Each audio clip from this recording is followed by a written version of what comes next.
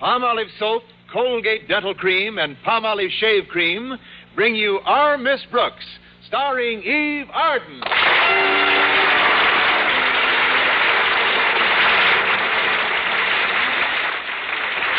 time once again for another comedy episode of Our Miss Brooks.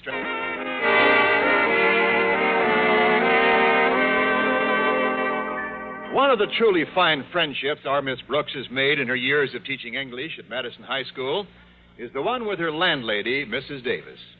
Their friendship is so close that there are times when each knows what the other is thinking without either saying a word. No, not one word. All Mrs. Davis has to do is raise 6 fingers, and I know just how many weeks I'm behind in my room rent. And all I have to do is make a circle with my thumb and forefinger, and she knows how much chance she has of getting it. However, last Thursday morning, when another week's rent was due, Mrs. Davis was at a meeting of her Ladies' Aid Club, preparatory to inaugurating their new clubhouse that evening. Taking her place at breakfast with me was one Walter Denton, who usually managed to eat as if he were 3 Walter Dentons. On Thursday, he was doing his best to live up to his reputation. You enjoying your breakfast, Walter? Just nod your head, boy. No words could possibly escape through that barrier. Pardon me, dear teacher, but you caught me with my jaws chock full of Mrs. Davis's salubrious victuals. I know. The trick is to catch you when they aren't. Now, if you're through, we'd better be on our way to school. All right, but first I have something to show you. Really? What? Well, if you'll step to the window and pull up the blinds, I'm sure you'll get a big surprise. What are you going to do, push me out? Come on, Miss Brooks. It's standing right in front of the house. All right, let's see what it is. There. Feast your lovely orbs upon it, dear teacher. Your newest means of transportation. Where? All I see out there is a broken-down moving van. Isn't she a beauty? I own it. Or rather, Bone Snodgrass and I own it together. We traded our jalopies in for the moving van the day before yesterday. As soon as we saw it, we knew this would be the perfect business for the firm of Denton and Snodgrass. A firm that combines brawn and brains. Really? Who's the third partner? Oh, you're the brains. Yeah, and to prove it, I already have our first order from Mrs. Conway, a friend of my mother's. She wants the stuff delivered tomorrow morning. Yeah, out in yonder van is her entire one-room suite of furniture, complete with chandelier. Oh, good. My one ambition has always been to ride to school hanging from a chandelier. So far, you've had me hanging from everything else. I'm not kidding, Miss Brooks. This venture is the most important of my life. Yeah, unfortunately, I'm still faced with 1 or 2 problems, one of which I feel certain you can help me with. How?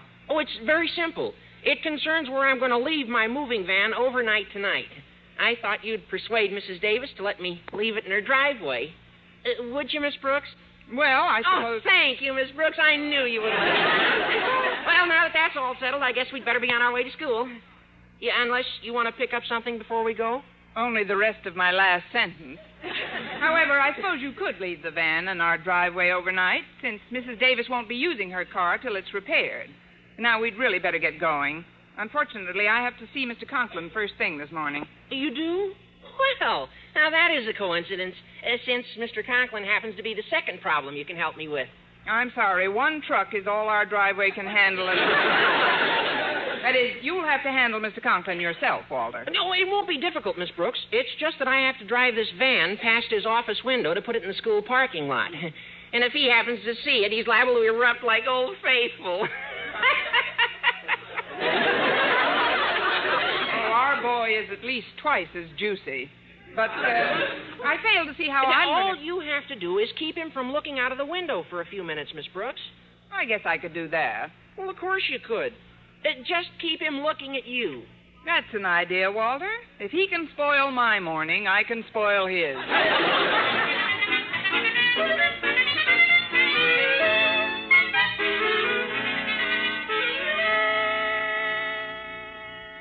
But Osgood, I promised the ladies you'd speak when we inaugurated our new clubhouse tonight.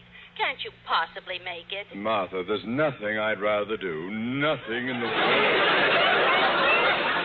But can I help it if I have to be out of town tonight on business for Mr. Stone? Oh, I suppose not. But this business for Mr. Stone certainly came up awfully suddenly. Well, you told me about the meeting awfully suddenly. That is, I would have let you know sooner, but I didn't think it was necessary until you told me about the meeting. Well, it certainly seems strange to me. You had to go out of town for Mr. Stone the last time my Ladies' Aid group asked you to speak, too. The man has a simply uncanny knack of picking just the wrong night. Osgood, it isn't the $50 you were asked to contribute after we inaugurated our last clubhouse, is it? Magnolia Blossom. How could you even think such a thing? If for a moment I thought it was the $50. Poopsie girl. How could you doubt your Osgood? Oh, just a moment, Martha. There's someone at the door. Come in. Good morning, sir. I have the report. Oh, it's you, Miss Brooks. Excuse me, my wife's hanging on the phone. Well, quick, cut her down. You're speaking to her. Well, go right ahead, sir. I'll wait. Hello, Angel Eyes. Just put all those horrid doubts out of your mind. When your Osgood says he has to go out of town on business for Mr. Stone, your Osgood means exactly that. I'll see you before I go. Goodbye, Pet. Miss Brooks, can you imagine my wife not wanting to believe I have to be away from home overnight? Seems incredible to me. Then you really have to go away on business, your Osgood? Mr. Conklin? Of course I have to. Do you think because my wife's Ladies' Aid group wants me to speak and perhaps contribute $50 tonight, that I'd resort to the twin shames of deceit and subterfuge? Which hotel are you staying at in town, sir? Oh, I wouldn't dare stay at a hotel. It's much too risky. Well, if you must know, I simply can't afford the $50, Miss Brooks. And now that my secret is out, perhaps you can help me find a place to sleep tonight. Oh, I'd like to, sir, but our driveway is already spoken for. That is, most of the people we know are members of your wife's group. I know, and if she ever finds out about it... You. What was that? What was what? Those sounds outside my window. That was either a truck backfiring or those were shots. I knew someone would catch up with Miss Enright sooner or later. My, isn't it awfully bright in here, sir? I don't know when I've seen such a glare from the sun. I'd better pull down your shade. Glare from the sun? What are you talking about? How could there be any sun in here this time of morning? My windows face west. Well, the days are getting awfully short this time of year. Anyway, there's no use waiting till the last second. Now, I'll just pull...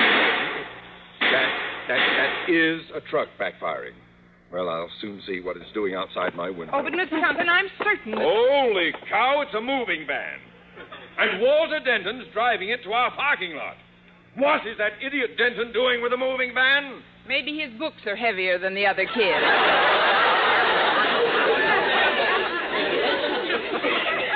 Miss Brooks, you didn't want me to see that van pass my window, did you? Now, suppose you tell me what this is all about. Well, since you've already seen it, sir, I suppose there's no harm in telling you that Walter and Bone Snodgrass have gone into the moving business together. They've gone into the moving business? Yes, sir. They've already got their first order from a Mrs. Conway. Her entire one-room suite is on that van. They're delivering it tomorrow, and they just need a place to put their van till they collect the money for it.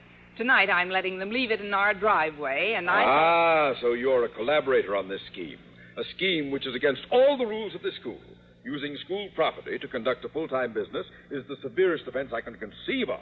An offense demanding instant expulsion from... They've got a one-room suite on that van.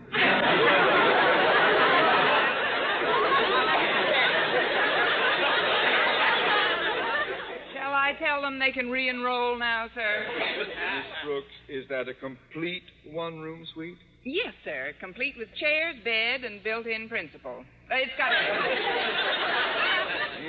I think it might be just what I'm looking for, Miss Brooks. Yes, just what I need. A perfect place to spend the night. Now, no one must know about this, Miss Brooks. Oh, no, sir. Neither students nor faculty. This is a secret which you must carry with you to your grave. Understand? Yes, sir. If I don't, that may happen a lot sooner than I expect.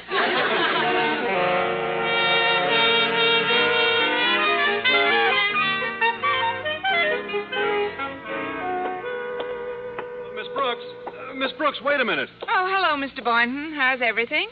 Well, Miss Brooks, I'm faced with a problem. Now, I don't want you to think I'm crying on your shoulder. Just put your head there and let me worry. I won't, Mr. Boynton. What's your problem? Well, it's the same old thing. That is, it's something old and yet something new. Make that something borrowed and something blue, and I might get interested. I still don't understand. Well, I'm slightly in arrears in my room rent to Mrs. Miller.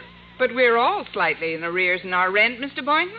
How much are you behind? Counting this week? Yes. 3 months. I'll give you Mrs. Davis in 6 weeks. Say, you are in trouble, aren't you? Up to my neck. Mrs. Miller is so angry she threatened to hand me my eviction notice if I didn't have some of the rent by tonight. She's stopping by before her ladies' aid meeting at 8 and again when it's over. Well, what are you going to do? Well, the only thing I can do is find some other place to stay overnight. Oh, I know by tomorrow she'll calm down and reconsider. However, I did think of one possibility. A place you could help me with where no one would think of finding me. Where, I'm reasonably certain. Well, now, don't laugh when I say this, but Walter's moving van would be perfect for my purposes. That's not a moving van. That's a hotel. Mr. Boynton, I'd like to help. Walter told me it'll be in your driveway overnight, and if you'll let me stay there, I'll be in your debt as long as I live. Well, all right, Mr. Boynton, but there's something I'd better warn you about in case you wake up in the middle of the night. What's that? If you happen to find 2 feet in your face, don't be alarmed. They're not yours.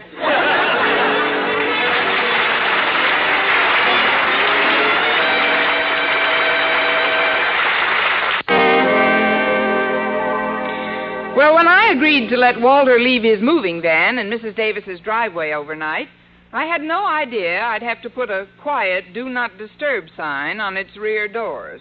But with Mr. Conklin and Mr. Boynton persuading me to let them use it as sleeping quarters for the night, I felt like a desk clerk without portfolio. I was quietly cursing the brains of the firm of Denton and Snodgrass on my way to the school cafeteria at noon when I happened to run into the Brawn. Hi, Miss Brooks. Hello, Bones. How's everything with Denton, Snodgrass and Company? I think you made a mistake, Miss Brooks. A mistake? Yeah, there's my brother, Stretch Snodgrass, and me. Bone Snodgrass, but there ain't no one named Denton Snodgrass. I'm talking about Walter Denton. Oh, well, I'm going to meet Walter after lunch. And, boy, have I got some good news for him. You have? Yeah. Well, that Walter thinks he's so smart just because he got an order from Mrs. Conway. Wait till he hears about the order I got. Mrs. Davis gave me an order to move all her furniture from her old clubhouse to a new one tonight. Mrs. Davis can't do this. Not with Mr. Boynton and Mr. Conklin asleep. Excuse me, Bones. I've got to make a phone call in an awful hurry. Of all the people to pick to give the moving job to, I can't... Hello. Hello, Mrs. Davis. This is Connie. Oh, Connie, could you call me back a little later? I'm expecting phone calls from Maud Richards, Peggy Lowell, and Sally Norton about the clubhouse inaugural tonight. If I talk to you, I'm liable to get all confused. You won't get confused. I want to talk about clubhouse business, too. Well, all right, if you say so. What is it, Maud?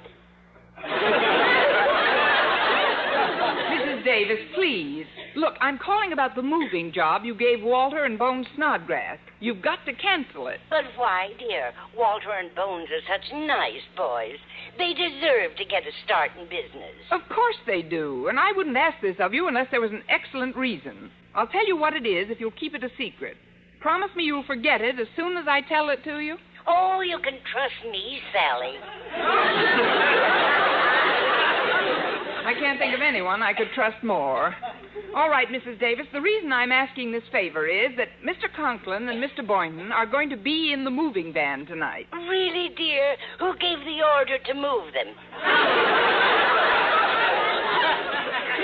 They're sleeping in it, Mrs. Davis. Neither of them wants it known where they are for one night. How exciting. They're hiding out. Well, trust me to dummy up, kid. I wouldn't squeal when two of the mob are keeping under cover from the bulls. Oh, fine. Our television set has been fixed again. Then you will call Bones, Mrs. Davis. Of course I will. Can I depend on it? Just as soon as I hang up? I'll do it as soon as you hang up, Peggy.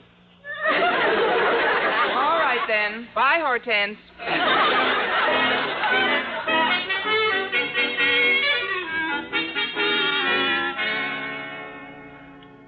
Gosh, Waller, I don't understand what happened. This dame give me the order, and an hour later she calls back and cancels it. Well, don't let it bother you. I got another order myself a little while ago. The biggest order we've had so far. Hey, that's great. Who'd you get it from? From Mrs. Conklin. I phoned her a half hour ago, and we're moving all the furniture from her old clubhouse to her new one tonight. How's that for using the old bean? Boy, I gotta hand it to you, Waller. I wish I had thought of that idea.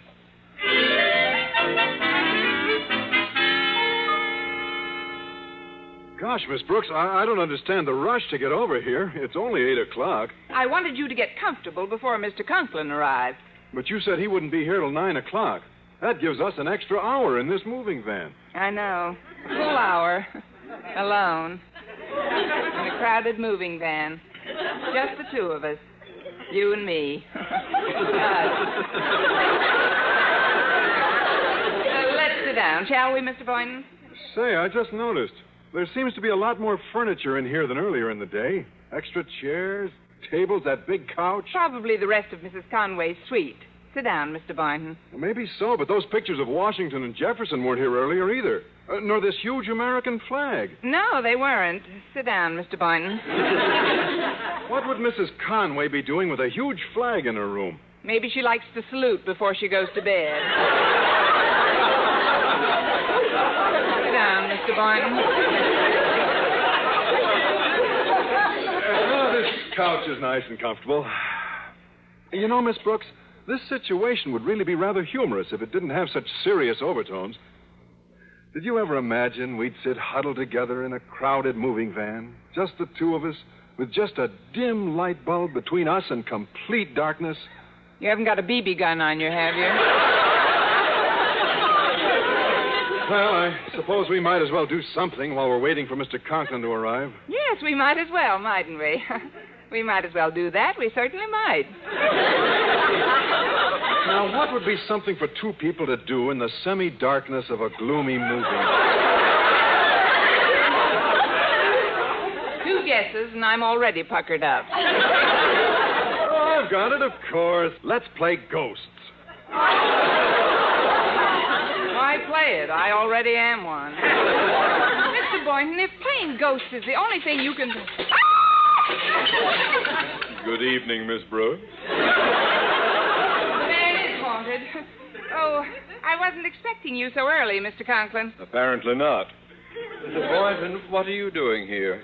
Miss Brooks, does Boynton know about me? Yes, sir, but you don't know about him. Mr. Conklin, this is your new bunkie. My new bunkie? Yes, sir. You see, since we're both in the same boat, trying to avoid a member of the Ladies' Aid Club for one night, Miss Brooks and I figured you wouldn't mind if I slept here with you. I'm no trouble at all during the 8 hours I'm asleep. And to prove it, just watch him the 16 hours he's awake. Well, I don't care what kind of a roommate you are, Boynton. Hello, folks. The doors was open, so I just... Snodgrass? Snodgrass? What are you doing here? I think you made a mistake, Mr. Conklin. There's my brother, Stretch Snodgrass, and me, Bone Snodgrass, but... We know there's no Snodgrass. But what are you doing here, Bones? Well, I might as well ask you all the same question. It's my moving van. Yes, but it's our question. Well, Walter and me have got this furniture to deliver right away. So far, this deal has been nothing but a lot of aggravation. Aggravation? Yeah, you know. Exasperation. Oh, you mean irritation. That's it. Now, if you'll step inside, Miss Brooks, I'll pull up the ramp. What? Snodgrass, where are you taking us? All right, Walter. Let her go! Let it... Miss Brooks, we're moving. Yes, sir. That's what frequently happens with a moving van. Snodgrass, I insist that you tell us immediately where we're going. It'll only take a couple of minutes to deliver this furniture to your wife's Ladies' Aid Club, Mr. Conklin, and we'll have the van right back in the driveway. Oh, well, if it'll only take a couple of minutes to deliver it, I certainly won't be unreasonable about it, particularly since we'll be using the van for Deliver this furniture to my wife's Ladies' Aid Club! Deliver the furniture to Mrs. Conklin's Ladies' Aid Club? I vote aye and make it unanimous. Snodgrass, have Denton stop this van immediately. Immediately, do you hear? Denton, stop this truck at once. Halt, I say. Looks like he's forgotten the password. He can't possibly hear you, sir. All this furniture's made the interior soundproof. Yes, but Miss Brooks, in another minute we'll be at the new clubhouse. What am I going to do? I've only got one more minute. Now, please, Miss Brooks, help me. All right, you start thinking of a speech while I look through your pockets for the $50. The only other thing I can think of is for you to hide, sir. Good, very good, yes. Now, where will I hide? How about the big couch, sir? You could stretch out under the soft cushions. Yes, good idea, under the cushions. But are you certain no one will see me under them? Even if they did, it would look like nothing but more cushions. Miss Brooks, can I use the couch, too? Nothing doing. You had your chance before.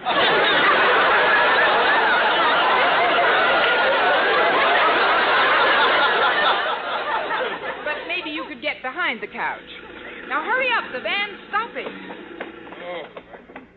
Bones, lower the ramp and then go up front and tell Walter to stay up there until I can get rid of Mrs. Conklin. Okay, Miss Brooks.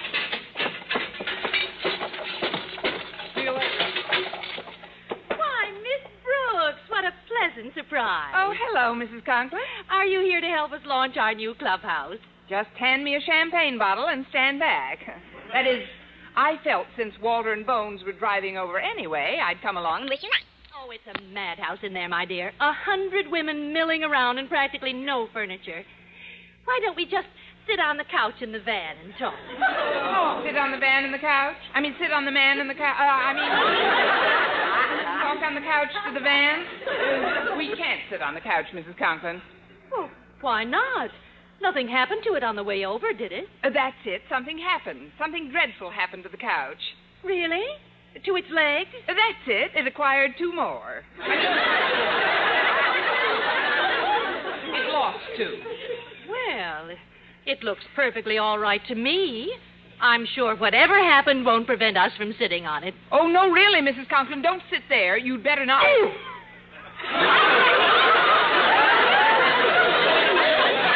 What was that? What was what? When I sat down just now, I heard an oof. That was I. When you sat down, I said you'd better get oof. Miss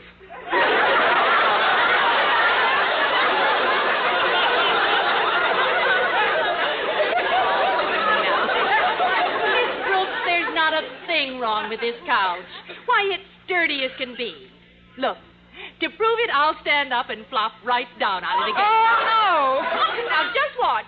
You see, nothing happens when I fall down.